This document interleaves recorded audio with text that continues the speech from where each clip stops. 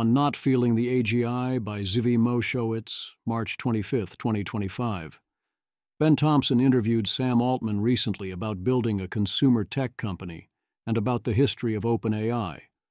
Mostly it is a retelling of the story we've heard before, and if anything, Altman is very good about pushing back on Thompson when Thompson tries to turn OpenAI's future into the next Facebook, complete with an advertising revenue model. It is such a strange perspective to witness. They do not feel the AGI, let alone the ASI. The downside risks of AI, let alone existential risks, are flat out not discussed. This is a world where that's not even a problem for future Earth. Then we contrast this with the new epoch model of economic growth from AI, which can produce numbers like 30% yearly economic growth. Epoch feels the AGI. A note on GPT-2.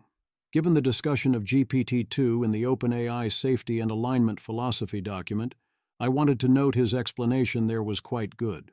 Sam Altman.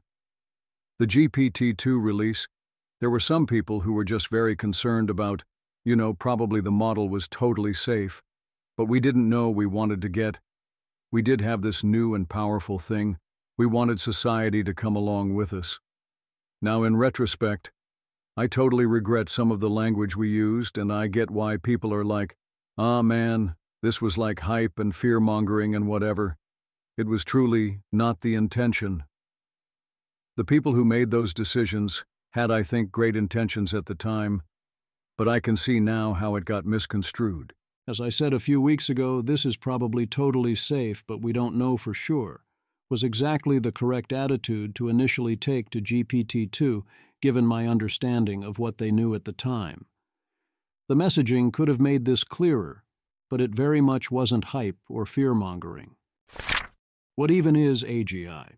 Altman repeatedly emphasizes that what he wanted to do from the beginning, what me still most wants to do, is build AGI. Altman's understanding of what he means by that, and what the implications will be, continues to seem increasingly confused. Now it seems it's fungible and not all that transformative. Sam Altman. My favorite historical analog is the transistor for what AGI is going to be like. There's going to be a lot of it, it's going to diffuse into everything, it's going to be cheap, it's an emerging property of physics, and it on its own will not be a differentiator. This seems bonkers crazy to me. First off, it seems to include the idea of AGI as a fungible commodity, as a kind of set level.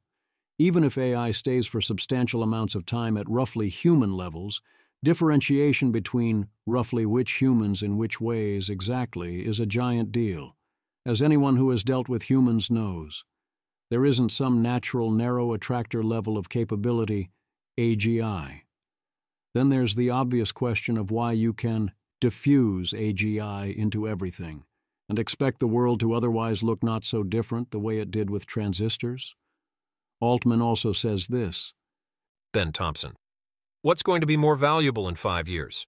A 1 billion daily active user destination site that doesn't have to do customer acquisition, or the state-of-the-art model? Sam Altman, the 1 billion user site, I think. That again implies little differentiation in capability, and he expects commoditization of everything but the very largest models to happen quickly. Charles, this seems pretty incompatible with AGI arriving in that time frame or shortly after, unless it gets commoditized very fast and subsequently improvements plateau. Similarly, Altman in another interview continues to go with the line, "I kind of believe we can launch the first AGI and no one cares that much." The whole thing is pedestrian. He's talking about the next great consumer product. As in, Ben Thompson is blown away that this is the next Facebook, with a similar potential. Thompson and Altman are talking about issues of being a platform versus an aggregator and bundling and how to make ad revenue.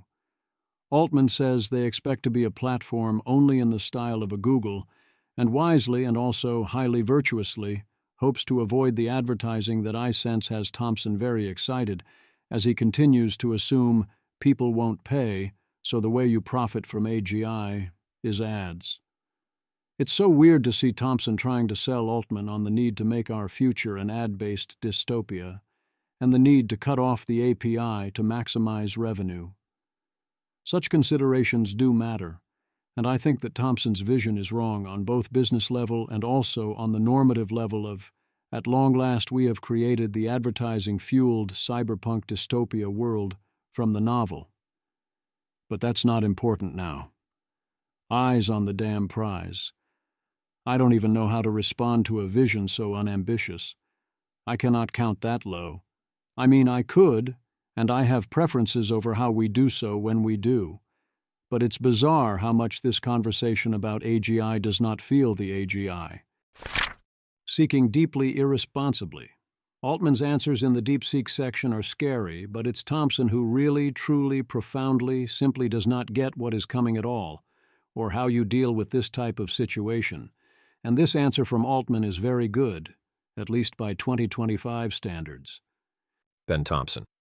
What purpose is served at this point in being sort of precious about these releases? Sam Altman. I still think there can be big risks in the future. I think it's fair that we were too conservative in the past. I also think it's fair to say that we were conservative, but a principle of being a little bit conservative when you don't know is not a terrible thing. I think it's also fair to say that, at this point, this is going to diffuse everywhere, and whether it's our model that does something bad or somebody else's model that does something bad, who cares? But I don't know, I'd still like us to be as responsible an actor as we can be. Other Altman statements, hinting at getting more aggressive with releases, are scarier. They get to regulation, where Thompson repeats the bizarre perspective that previous earnest calls for regulations that only hit OpenAI and other frontier labs were an attempt at regulatory capture. And Altman basically says, in my words, fine. The world doesn't want to regulate only us and Google and a handful of others at the top, so we switched from asking for regulations to protect everyone into regulations to pave the way for AI.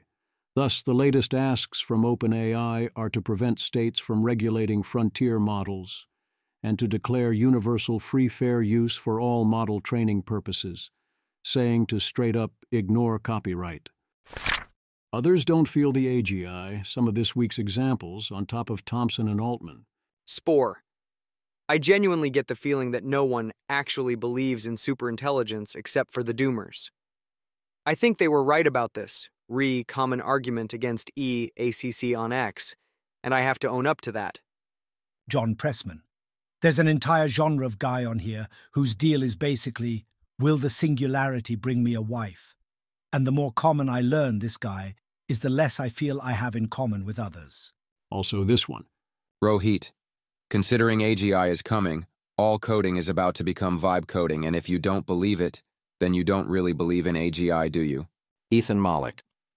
Interestingly, if you look at almost every investment decision by venture capital, they don't really believe in AGI either, or else can't really imagine what AGI would mean if they do believe in it.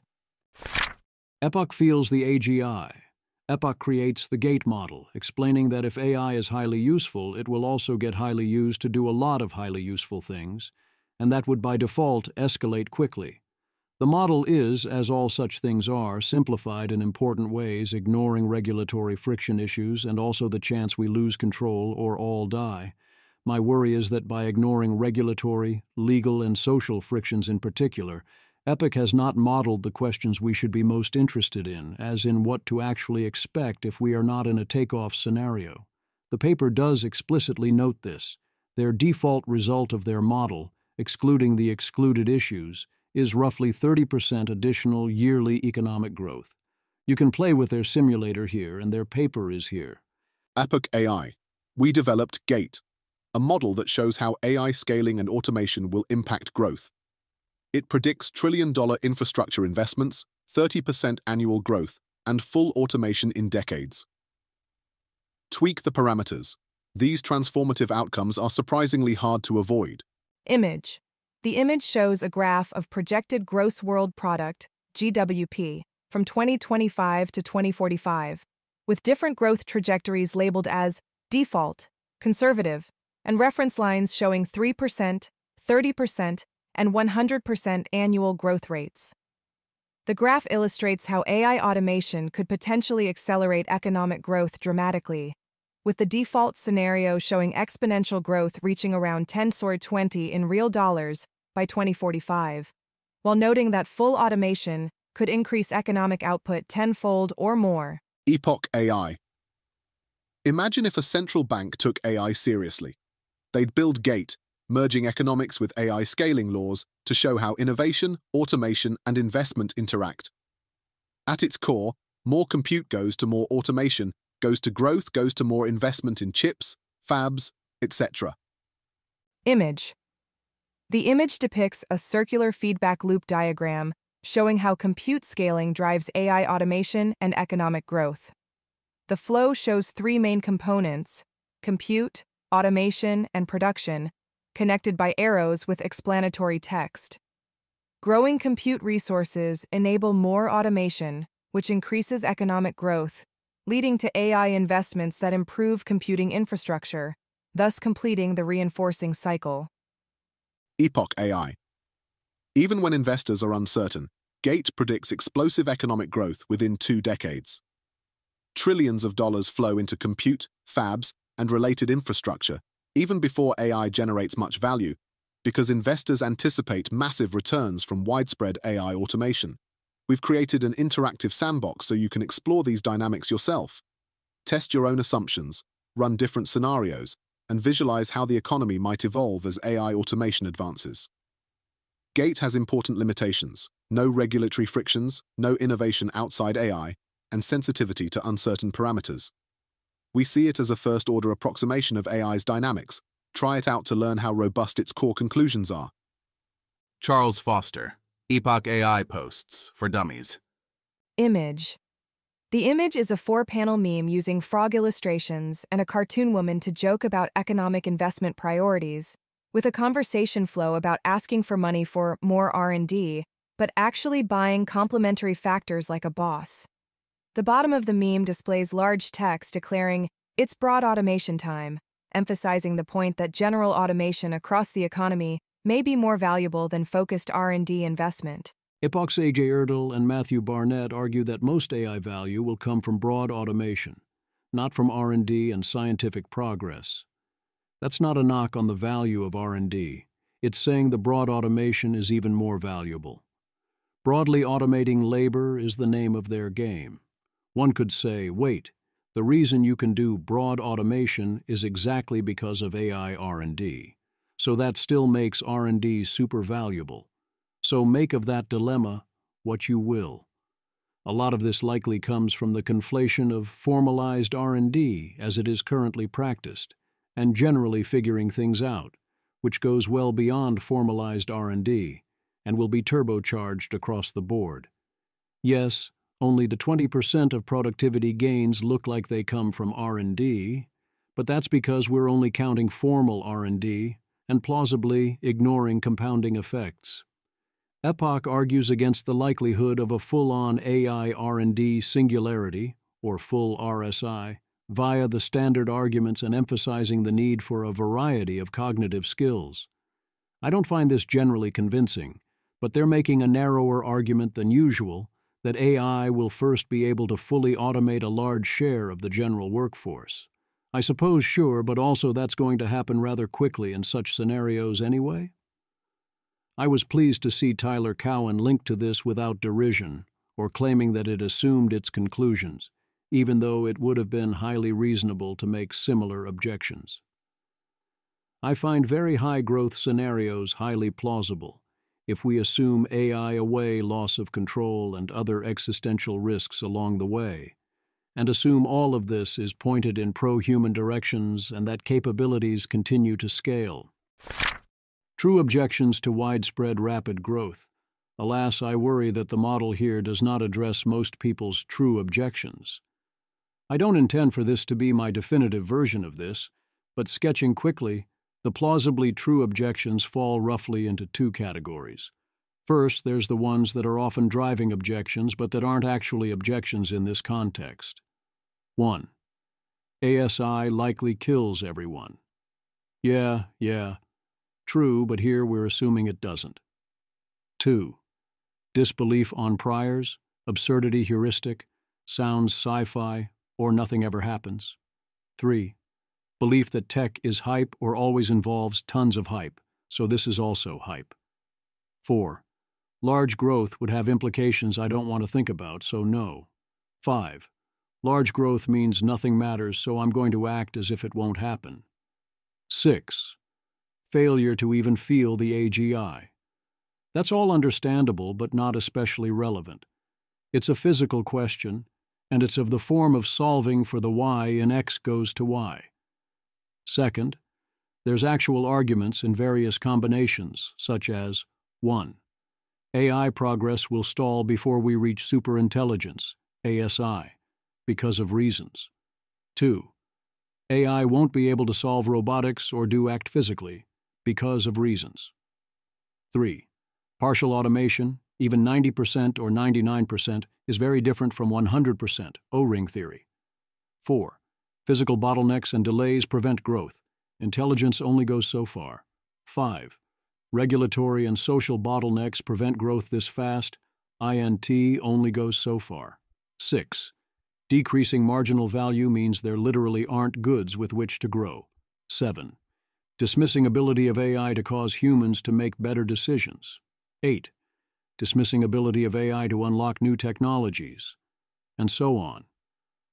One common pattern is that relatively serious people who do at least somewhat understand what AI is going to be put out highly pessimistic estimates and then call those estimates wildly optimistic and bullish, which compared to the expectations of most economists or regular people, they are. But that's not the right standard here. Dean Ball.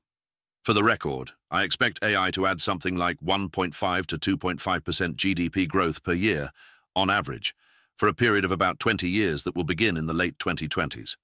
That is wildly optimistic and bullish, but I do not believe 10% growth scenarios will come about. Daniel Kokotilo. Does that mean you think that even superintelligence, AI better than the best humans at everything, while also being faster and cheaper, couldn't grow the economy at 10% plus speed? Or do you think that superintelligence by that definition won't exist? Dean Ball. The latter. It's the everything that does it. 100% is a really big number. It's radically bigger than 80%, 95%, or 99%. If bottlenecks persist, and I believe strongly that they will, we will have Baumol issues. Daniel Kokotilo. Okay, thanks. Can you give some examples of things that AIs will remain worse than the best humans at 20 years from now? Dean Ball. Giving massages, running for president, knowing information about the world that isn't on the internet, performing Shakespeare, tasting food, saying sorry. Samuel Hammond, responding to DB's OP. That's my expectation too, at least into the early 2030s, as the last mile of resource and institutional constraints get ironed out. But once we have strong AGI and robotics production at scale, I see no theoretical reason why growth wouldn't run much faster, ALA 10-20% GWP. Not indefinitely, but rapidly to a much higher plateau. Think of AGI as a step change increase in the Solo Swan productivity factor A. This pushes out the production possibilities frontier, making even first-world economies like a developing country. The marginal product of capital is suddenly much higher, setting off a period of rapid catch-up growth to the post-AGI balanced growth path with the capital-labor ratio in steady state signifying Baumol constraints. Dean Ball. Right. By AI. I really just meant the software side. Robotics is a totally separate thing, Emo. I haven't thought about the economics of robotics carefully, but certainly 10% growth is imaginable, particularly in China, where doing stuff is legaler than in the US. Thinking about AI impacts down the line without robotics seems to me like thinking about the steam engine without railroads, or computers without spreadsheets. You can talk about that if you want, but it's not the question we should be asking. And even then, I expect more. For example, I asked Claude about automating 80% of non-physical tasks, and it estimated about 5.5% additional GDP growth per year. Another way of thinking about Dean Ball's growth estimate is that in 20 years of having access to this, that would roughly turn Portugal into the Netherlands or China into Russia. Does that seem plausible? If you make a sufficient number of the pessimistic objections on top of each other, where we stall out before ASI and have widespread diffusion bottlenecks and robotics proves mostly unsolvable without ASI. I suppose you could get to 2% a year scenario. But I certainly wouldn't call that wildly optimistic. I will reiterate my position that various forms of intelligence only goes so far are almost entirely a skill issue, certainly over a decade-long time horizon and at the margins discussed here, amounting to intelligence denialism. The ASI cuts through everything. And yes, physical actions take non-zero time, but that's being taken into account. Future automated processes can go remarkably quickly, even in the physical realm, and a lot of claims of you can only know X by running a physical experiment are very wrong, again a skill issue. On the decreasing marginal value of goods, I think this is very much a dreamed of in your philosophy issue, or perhaps it is definitional. I very much doubt that the physical limits kick in that close to where we are now, even if in important senses our basic human needs are already being met. Tying it back. Altman's model of the how AGI will impact the world is super weird if you take it seriously as a physical model of a future reality. It's kind of like there is this thing, intelligence. It's basically fungible, as it asymptotes quickly at close to human level, so it won't be a differentiator. There's only so intelligent a thing can be, either in practice around current tech levels or in absolute terms, it's not clear which. But it's not sufficiently beyond us to be that dangerous or for the resulting world to look that different. There's risks, things that can go wrong, but they're basically pedestrian, not that different from past risks. AGI will get released into the world, and no one will care that much about the first AGI products. I'm not willing to say that something like that is purely physically impossible, or has probability epsilon or zero. But it seems pretty damn unlikely to be how things go. I don't see why we should expect this fungibility or for capabilities to stall out exactly there, even if they do stall out. And even if that did happen, I would expect things to change quite a lot more. It's certainly possible that the first AGI-level product will come out. Maybe it's a new form of deep research, let's say. And initially, most people don't notice or care all that much. People often ignore exponentials until things are upon them, and can pretend things aren't changing until well past points of no return. People might sense there were boom times and lots of cool toys without understanding what was happening, and perhaps AI capabilities don't get out of control too quickly. It still feels like an absurd amount of downplaying from someone who knows better, and he's far from alone.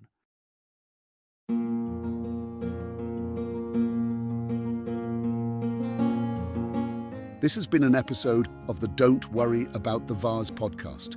If you enjoyed this podcast, please visit thezv.substack.com to support the author.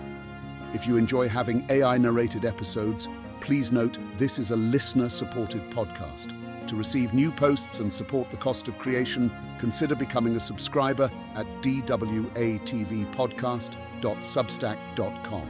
Thanks for listening.